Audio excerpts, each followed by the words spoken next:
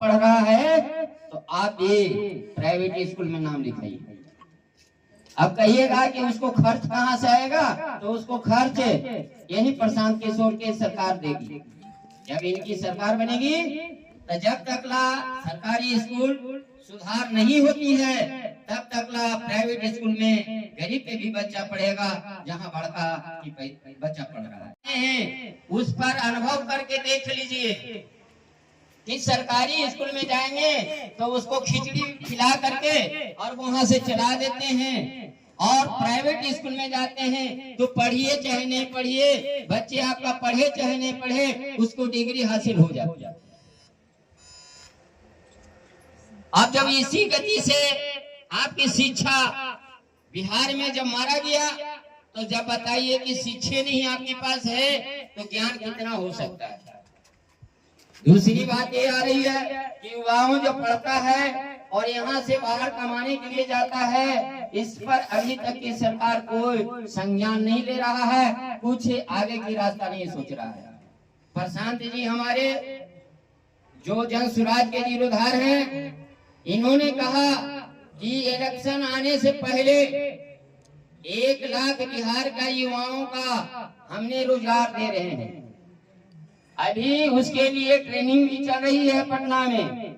अगर आप लोग के पास भी है 18 से 35 साल के उम्र के, जो यहाँ कमाने की साधन नहीं है, मैट्रिक कर लिया है, इंटर कर लिया है, तो उसको 5 दिन के लिए पटना में आप प्रशिक्षण में भेज दीजिए।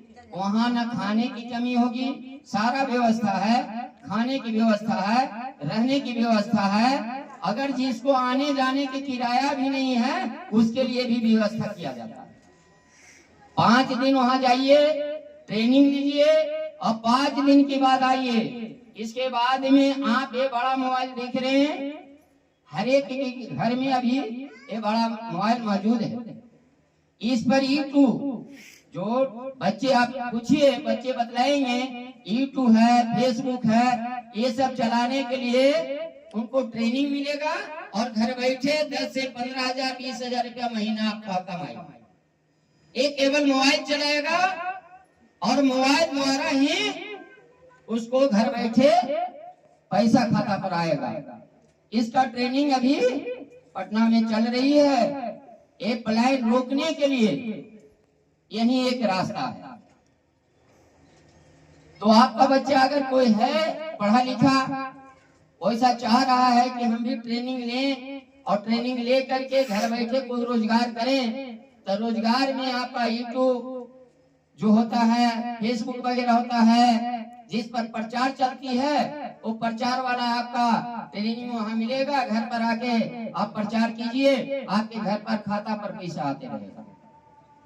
इसके बाद अभी साथी बतला रहे थे कि बुजुर्ग जिनके अभी 400 रुपया मात्र पेंशन मिल रही है, अब ये बताइए कि 400 रुपया कब से चालू हुआ? उस समय की महंगाई क्या थी, अभी की महंगाई क्या है? लेकिन महंगाई तो दिनों दिन आगे बढ़ता चला गया और पेंशन वही 400 के 400 बना रहा है। 400 रुपया में क्या अभी 1 महीना की दावा भी हो सकता है बुजुर्ग आदमी का? तो इसके आगे सहारा क्या मिल सकता? इसके लिए हमारे प्रशांत जी बतलाए हैं कि अगर सरकार हमारी बनती है तो सबसे पहला नंबर ये 5 काम पर हम काम करेंगे। बुजुर्गों के लिए पेंशन 2000 रुपया करेंगे। 2000 रुपया में उनकी दावा हो जाएगी। समय पर पॉकेट में और खर्च है, बाल बच्चा ये दे नहीं पा रहा, उसके जी सोच लीजिए कितना तड़प रहा, उसके लिए 2000 अगर उसको मिल जाता है तो उसकी 1 महीना का समय कट जाता है। इसके अलावा महिलाओं के ऋण की बात आ रही है। अभी वर्तमान में अभी जैसे हम पूछ रहे थे बहना लोग का कि जीविका से जुड़ी हैं, तो बहुत से बतलाए कि हाँ जुड़े हैं। आप लोग की ये जानकारी होगा कि इसके पहले जीविका से लोन जब मिलती थी तो 2% लिया जाता था। 2% के मतलब हो गया कि साल में 24%, 12 दूनी 24, 12 महीना का साल 24%।